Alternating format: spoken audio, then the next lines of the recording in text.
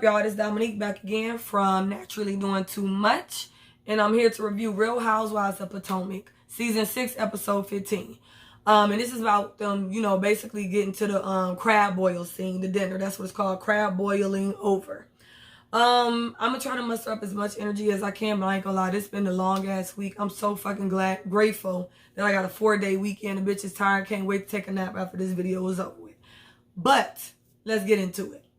Okay, so it starts off with everybody on the bus. I honestly forgot where they was coming from. I can't remember. Was they coming from lunch or somewhere else? I don't remember. So everybody coming back from wherever that is, off the bus, everybody getting ready, freshening up for the crab boil dinner. So then you see Ray and Karen coming two-stepping down the stairs with their old little two-step. They look so cute. Oh my God.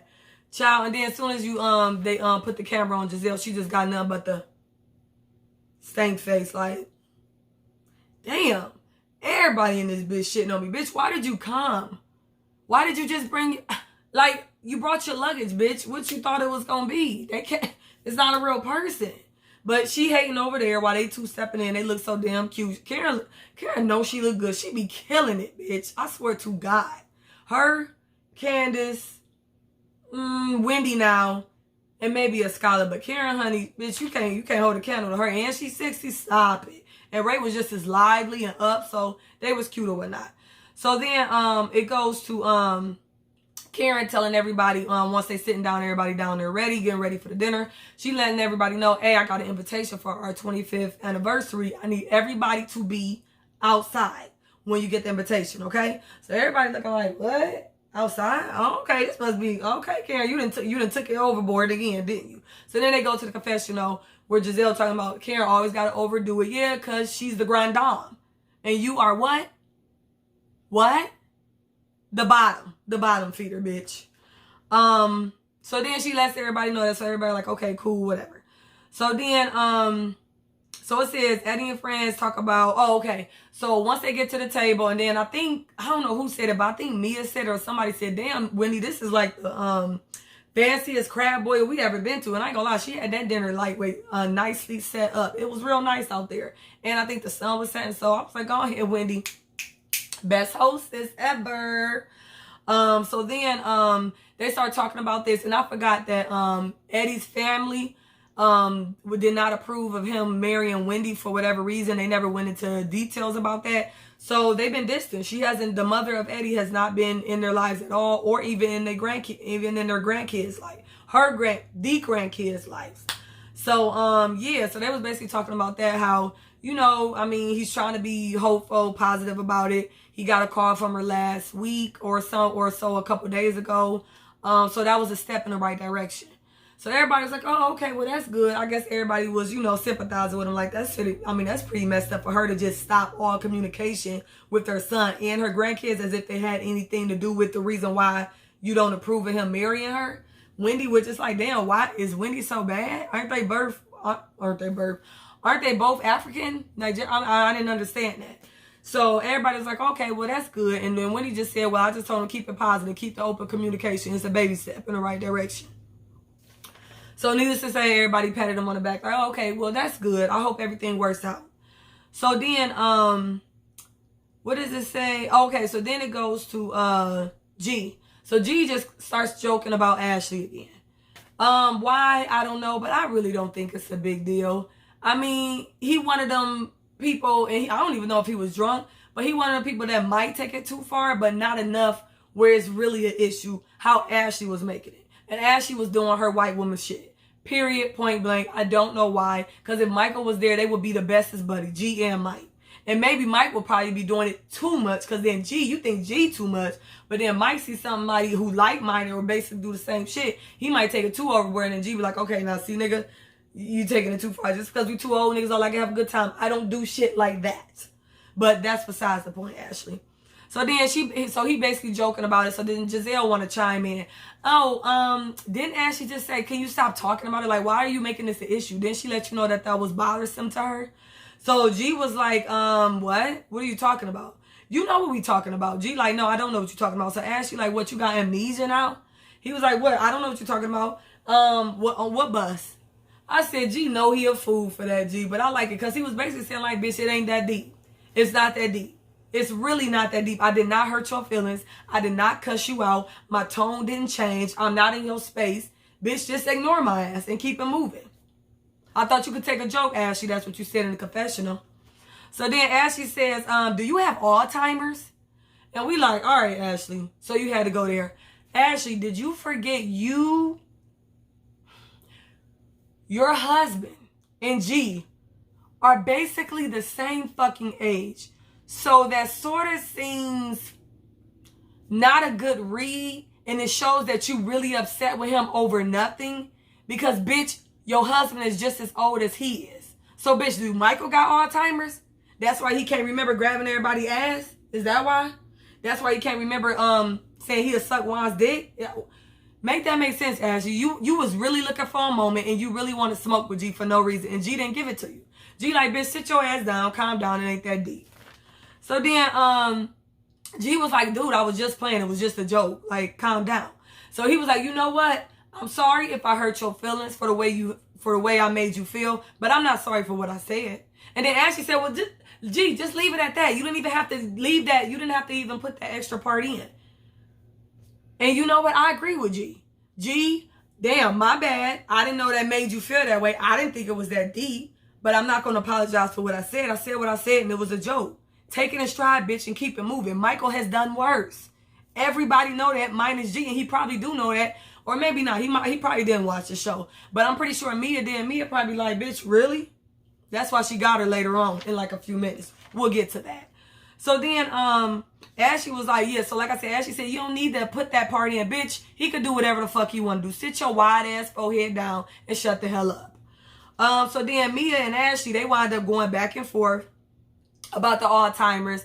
And it's like, I understand Mia, but it ain't that deep either. You can see she trying to make a dig at him because she's salty.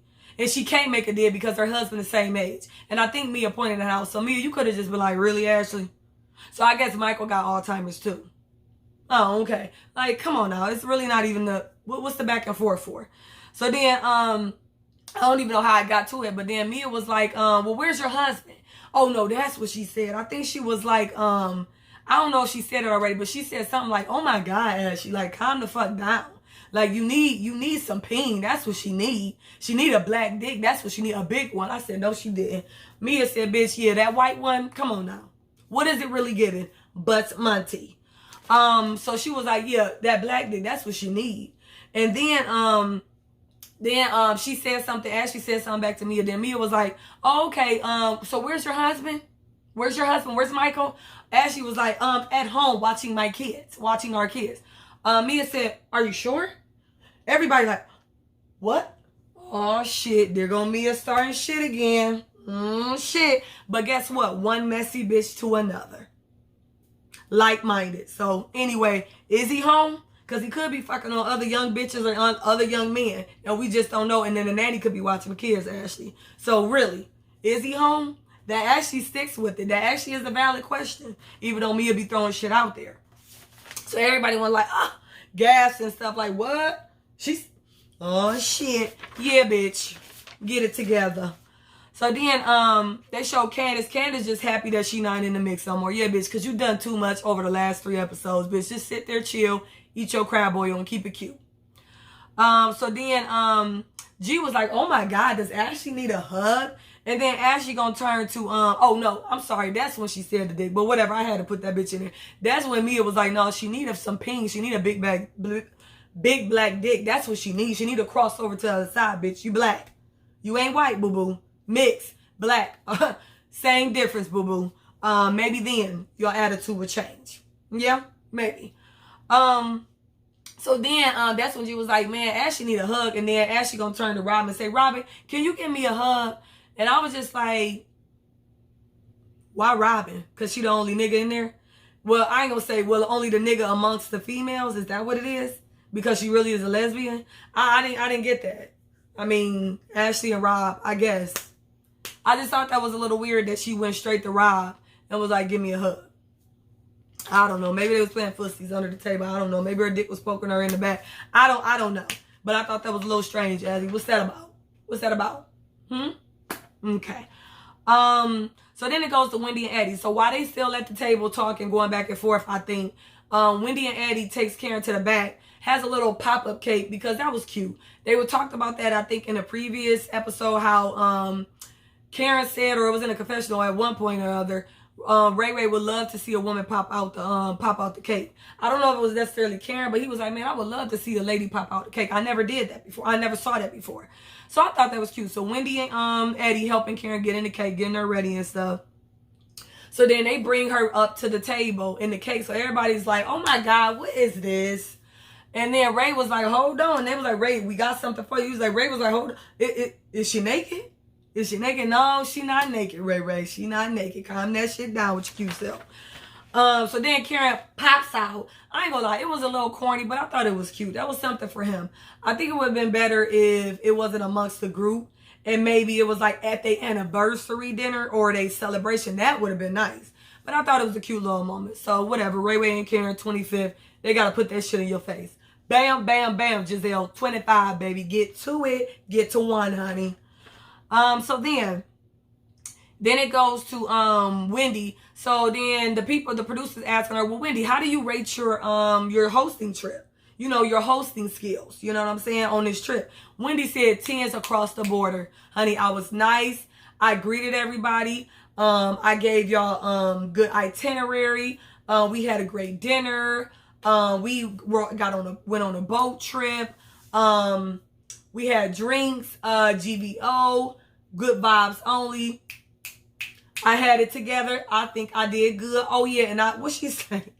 Then she said, and I had to deal with 2 petulant children, Gizelle and Robin. And I had to whip them into shape, and that I did. I said, bitch, I know that's right. Get them together. And then she sent them 2 bitches upstairs to their room. Everybody did their thing. And when y'all ready to come play, come meet us in the main hall. Okay.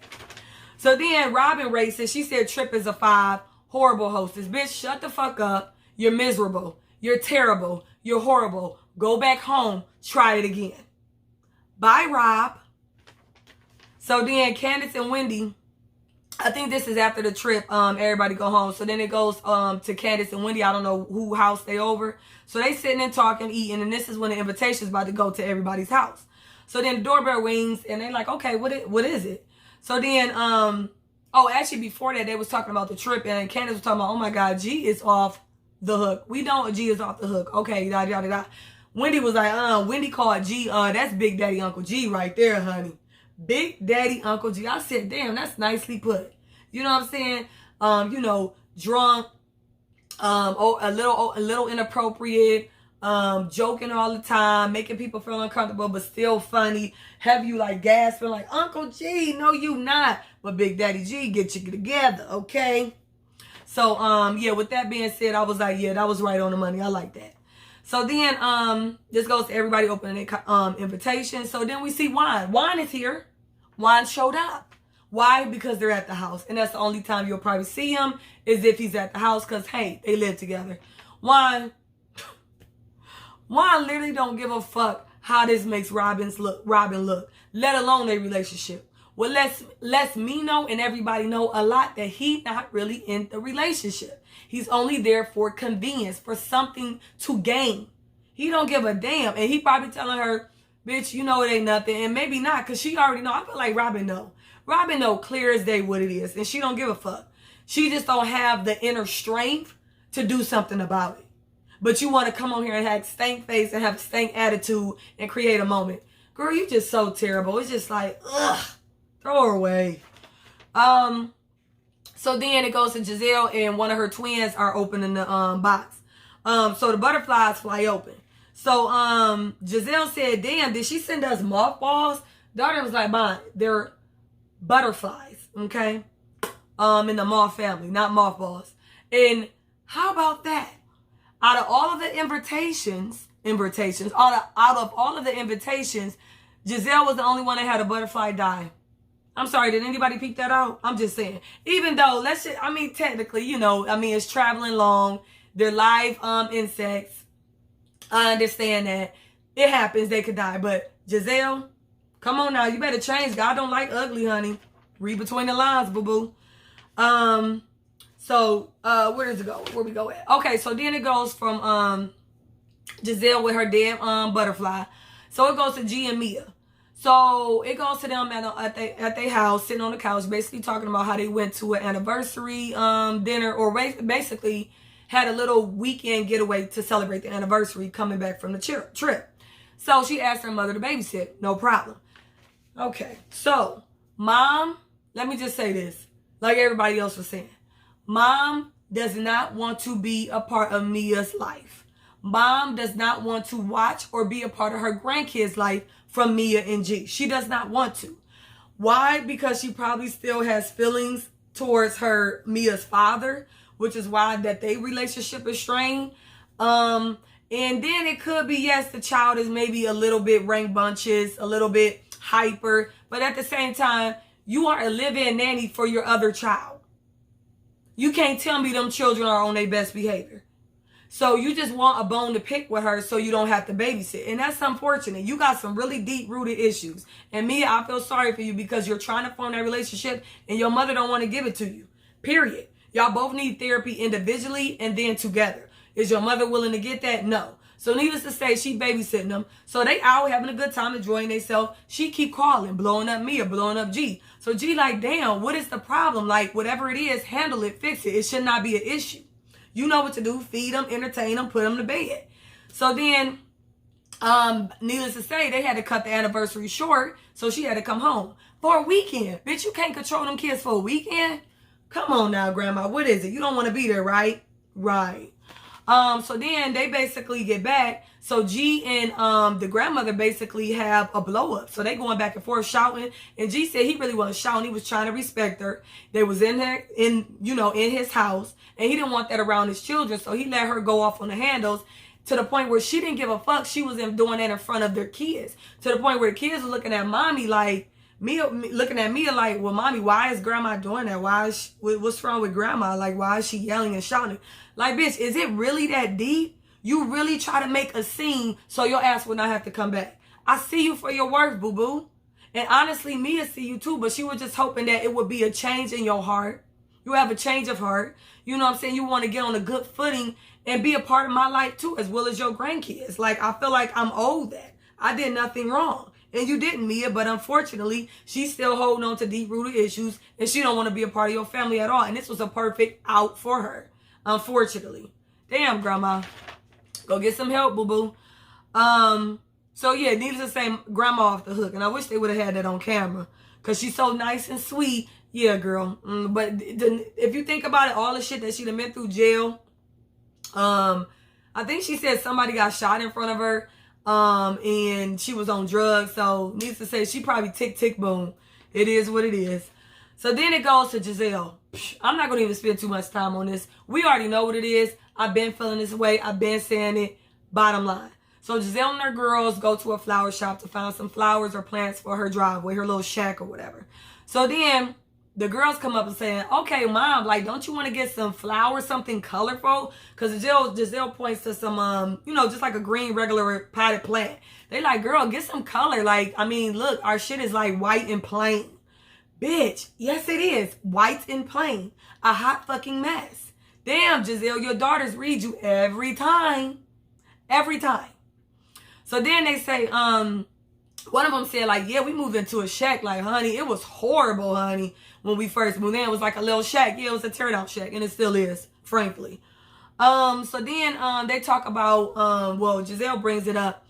Well, should I bring a date to Karen's anniversary? What do y'all think? I think they all said yes, and then I think one of them said no. I can't remember. So they was like, yeah, you should bring a date, but then maybe you shouldn't. I think they said say no, don't. Yeah, they was like, well, I don't know. I don't remember. I think the twins said yeah, no. The twins said no because you don't know how they gonna act. So I don't know if that's a good idea for you. And I think Grace, the oldest one, was like, yeah, you should. Okay, this is my thing, Gizelle. Stop talking to your daughters like they friends, which says a lot how you don't have genuine friends. You don't have friends that really are... You don't have any friends, Gizelle. Why? Because you're ugly inside. That's really the bottom line. And any friends that you have are very surface, just as you are. So then they was basically saying like, man, mom, you know, we don't want you alone. We don't want you to die alone. And Gizelle like, what the hell, die alone? Like, where did y'all go from there? Bitch, they went there because you're always alone. And when you're in a relationship, you're not in a relationship long enough for it to actually be a fucking real relationship for them to see, for them to take from. Then they say you only happy when you're in a relationship, unless you know you're a miserable bitch all the fucking time, unless you got some ping in front of you. And how long that's gonna be? Like, it's so sad. Like, they basically told her, like, Mom, we don't want you to die alone. We want you to be happy. We want you to find somebody. Like, you're only happy when you're with someone. Like, other than that, you're not emotionally available. One of them said, you are an emotional vampire. I said, emotional vampire? Gizelle, your daughter, your teenage daughters said you are emotionally unavailable. You are an emotional vampire, meaning you unload on them. You don't show any emotion. You always keep your walls built up. Nobody knows your true feelings, your true heart, which means you're not living in your truth, which we already know, but your daughters see that. So how the fuck do you think that's affecting them? And they're teenagers now. The shit is too late. It is what it is, bitch. They gonna be going off to college or going off wherever in a couple years. You think they gonna be back? You think they gonna share what the fuck is really going on in their life emotionally? Like, if anything happens to them, like, no. Yes, you take care of them, but bitch, it seems like you really just treat them as your roommate / friends. That says a lot. I don't never see you hug them, kiss them. Like, you really treat them like they're your girlfriends. And that's why they talk to you like the way they do. Because of how you are, it reflects on them. And then they see you for your work. And they see like, ooh, mommy, get it together, boo-boo. You need to go to therapy. You got some deep-rooted issues, boo-boo. Like, dude, you're going to die alone. You're never with anybody. And I cannot, and then they said, we cannot look up to you and dad as a positive relationship model. We cannot. We have friends, but we can't do the same for you. We can't. And that's saying a lot, Gizelle. And she was like, damn, I didn't know it was that bad. Gizelle, you didn't know it was that bad? Gizelle, you shaped them girls. And yes, Jamal is not there physically, but bitch, you're not even there emotionally, mentally. You're there physically. Yeah, you feed them, you clothe them, you give them shelter, you talk to them, but that's it. You don't teach them anything. You don't let them cry on your shoulders. You don't give them valuable lessons because you on this show acting like a fucking fool and showing your ass for the person you really are because you're scared to live in your truth. Live in your truth, Gizelle. Look at your daughters reading you down, bitch. Again.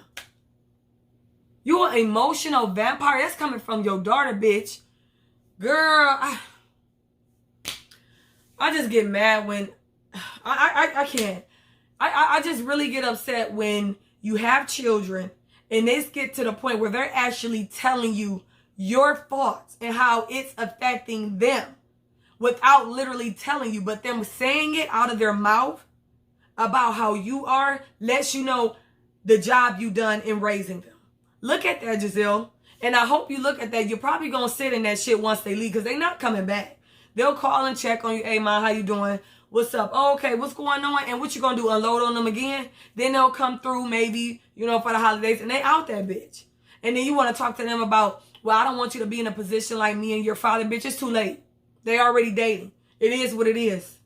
Whatever's going to happen, going to happen. I hope to God, as they read you, they take from what they saw and don't do that themselves. But, only time will tell because if you live in the same household with a person like that, their mother, i.e. you, Gizelle, most likely they're either going to be, it's two options. They're either going to be the opposite of you and learn from your mistakes, or B, they're going to become you because it's just what it is. That's all they seen. That's all they know. It's familiar.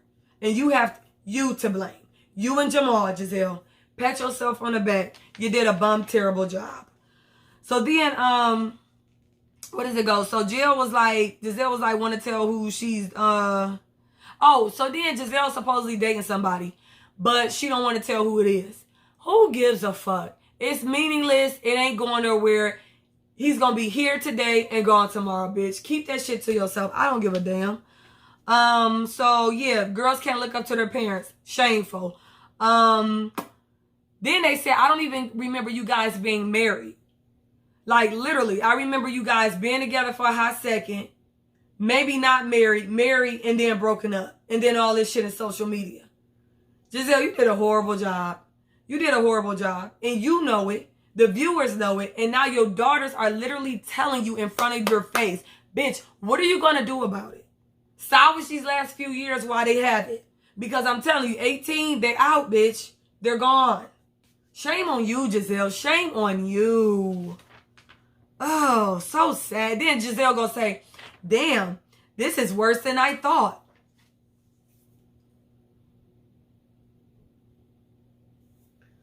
Where my water bottle at? I need some wine.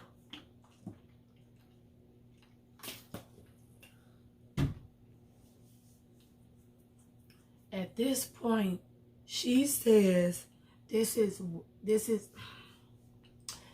worse than I thought. You are so self-absorbed.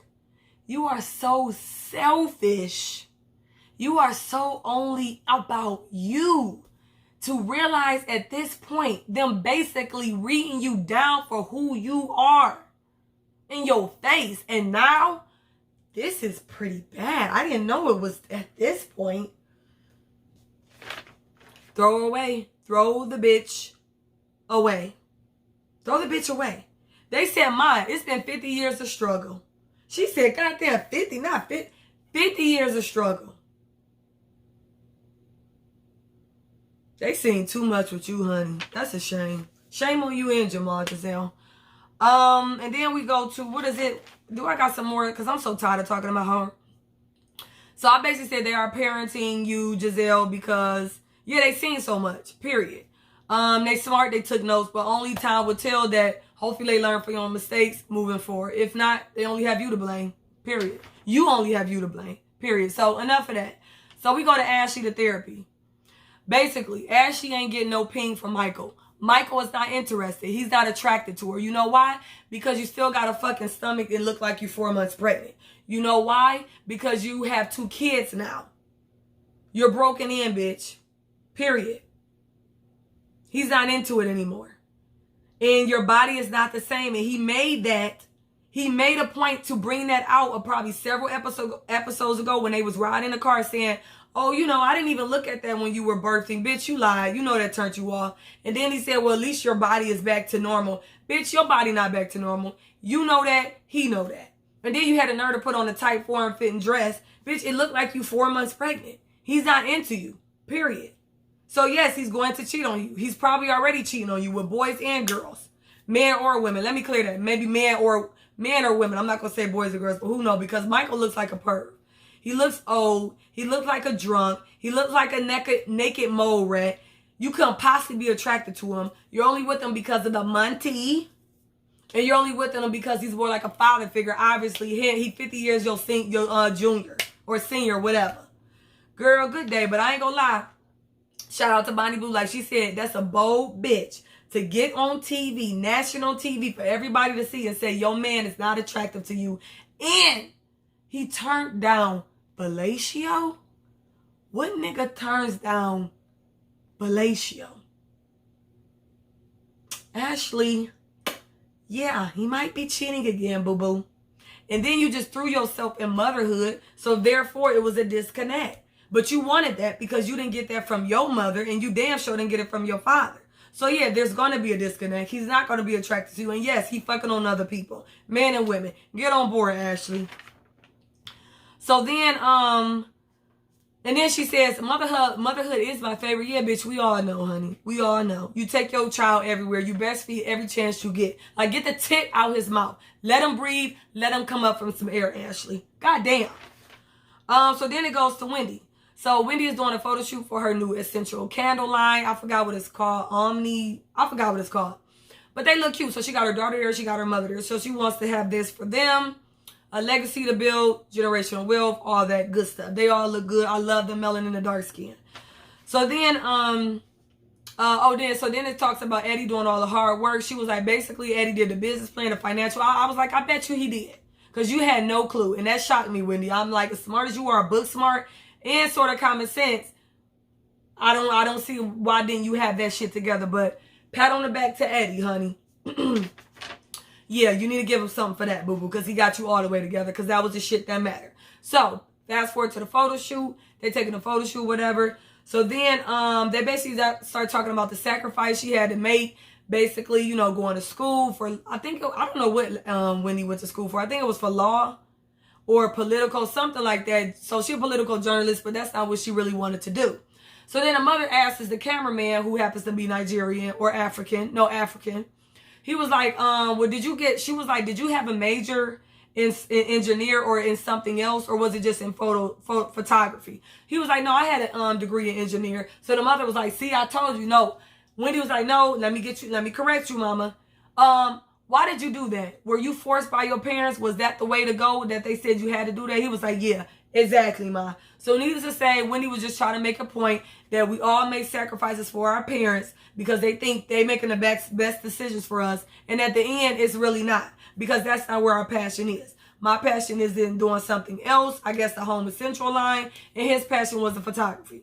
So then mom gets upset, like, what you mean? I had this, you turned out fine. I don't regret shit. Look at where you at now. And it was like, I understand that, but I was really unhappy. Mom ain't trying to hear that. She getting upset. Like, look, I was working several jobs. Y'all was latchkey kids. Like, I don't want to hear this shit. I'm out. So then mom said, basically, cry later. What she say? Cry now, thank me later. I really could care less. So then she want to leave because she upset. And then Wendy was like, oh my God, mom, it's not that serious. You had never, like, dude, you never said sorry to me. Like, I done went through a lot of shit with your ass. Like, seriously, with this whole taking, you know, going to school, doing what I need to do because you pushed me to it and said that's what I needed to do. So needless to say, mom gets upset, like, I'm out. Wendy, like, come back. Everybody saying, come back. Girl, go sit your ass down somewhere. Wendy, you ain't got nothing to prove to her. I know that's last season, you feel like you had to talk to her, prove to her, you know, this is not really what I want to do. You know, I really feel like my calling is somewhere else. Whatever, Wendy. Keep doing you, living your life, because best believe mommy getting a cut off this Potomac check. So she gonna be all right. Boof, bam, be gone. Okay, so we go back to Ashley. Sad Ashley. So she tried to set up us, you know, a little date night for Michael at a hotel, get all spicy dressed up for her. Bitch, you still, this is the thing. If Michael literally told you in so many words, we saw it on camera, and I know he said it probably off camera. If he's telling you that, you know, well, you'll be back to normal once, you know, after you had a baby, and, you know, I'm basically physically attracted to you, to your body type, and he basically made a jab, like, well, yeah, you're good. You're getting back to your regular size, so you'll be good. Yeah, you don't have nothing to worry about. Bitch, you come in with a form-fitting dress. Your stomach is 4 months pregnant, boo-boo. You still have that. Why not wear something else that's more flattering, that doesn't extenuate that? If he's not attracted to you at this present time, Ashley, make it make sense. And then he comes in, they talking, right? She got a corona in her hand. Bitch, that's going to your stomach. That's not making it better either, but that's besides the point. So then she talked about how she want to spice it up. And then, I don't know how I guess it is. She was like, this is a good area, a prominent area. Michael used to own a hotel. And she sounds so happy. Bitch, we all know you happy you got money. Kudos, bitch. But does it buy you love? No. You got money, you got motherhood, but you don't have Michael. 2 out of 3 ain't bad, I guess, huh, Ashley? All right. So then she sets them down. They're talking. And she tries to tell him about the trip. And then I think she tells him about G or whatever. He don't give a fuck about that. Him and G will be best buddies. Then she talks about Candace and Chris, and how about her and Chris basically mended their relationship, you know, came to a middle ground. So basically, Michael was like, yeah, I don't really care about that. I don't want to mend anything with Chris. I don't like him. We know we don't have nothing to talk about. That's dead. So Ashley like, okay. So then he goes immediately to wine. What about wine? You know, did wine come? You know, I like wine. Like, I'll kick it with wine. Chris, no, but I like wine. You know, we do everything together. You know, wine's my guy. Wine's my man. Michael, Ashley is sitting in front of you. Pussycat is sitting right in front of your ass. Okay, the kitty is ready, wide and open. Okay, and then we were just talking about Chris and Candace. Wine didn't even come on a trip, and I know you know that. So why the fuck are you talking about wine so hard? Ashley had to get the hell up and just hop on his ass. Let me hop on your lap because I don't know what else to do. Child, if Michael ain't got the hots for wine, something going on. Something going on and we don't know. Something is going on and we do not know. Anyway, so that's besides the point. So then she hops on him, stomach down there, poke him in the face. He said he likes it. I guess she teased him with something. They go in the room. He talking about the buttons on the toilet. I think they went in the bathroom. He talking about the buttons on the toilet, Ashley. It's not there. He not feeling you. He fucking on somebody else, and he probably fucking on wine. You don't never see wine. You don't never see Michael no more, and he keep talking about him. I'm just saying. So then it goes to Gizelle in therapy. All right, so we're going to make this short. Gizelle need therapy. She revisited her therapy from 2 years ago. Basically, the therapist like, what's up? What's been going on? Okay, so how do you think your raising the girls has affected them? How do you think you being in relationships has affected them? You got to let them walls down. You got to be emotionally available. That's setting a trend. That's setting a track for them. And it's not going to be good. Like I said earlier, one or two options. They're going to be either become Gizelle or they're going to become the opposite. And right now they cold. They don't seem gushy. I don't know. It is just like, damn, Gizelle, you created them. And they read you for filth every time. So basically the therapist is basically doing the same thing, but just in the therapist way. So then, so she basically says, reconnected with so she was like, yeah, I recently reconnected with their father. I thought it would work because he was looking at me differently, like, you know, with more respect. So because he's looking at you as he can respect you more, that was enough reason to get back with them. And then she said for the family. Bitch, stop saying for the family because your girls do not care for Jamal. They don't like him. They don't love him. They don't care for him. He has never been in a household. They have never even seen y'all together long enough to know that's daddy and mommy together. Stop saying for the family. They don't fuck with that nigga. And we seen that in previous seasons. They don't care for him. They treat that nigga like a nigga on the street. He don't even fuck with them. Come on now, for the family. That's how you know it's about your ass, self-absorbed. You horrible, Gizelle. Horrible. So then the therapist says, what answers are you communicating to your daughter? What do you think that is communicating? Like he's trying to get her to open up. And yet she's still not opening up. Shame on you. I hope they leave and don't come back. Check on you. Maybe pop in for the holiday. Bitch, we out. You on your own. Shame on you, Gizelle. So then Gizelle was like, oh my God, this is horrible now that I'm thinking about it. Bitch, you're horrible. Do something about it. Child, she making my head hurt again. So then, like I said, her walls are built up so she won't get hurt. That's really what it is. And then I said, you can't help your girls until you help yourself. And guess what, Gizelle? It's too fucking late. Good day and good night. That was Real Housewives of Potomac, crab boiling over. Until the next time, I'll see y'all later.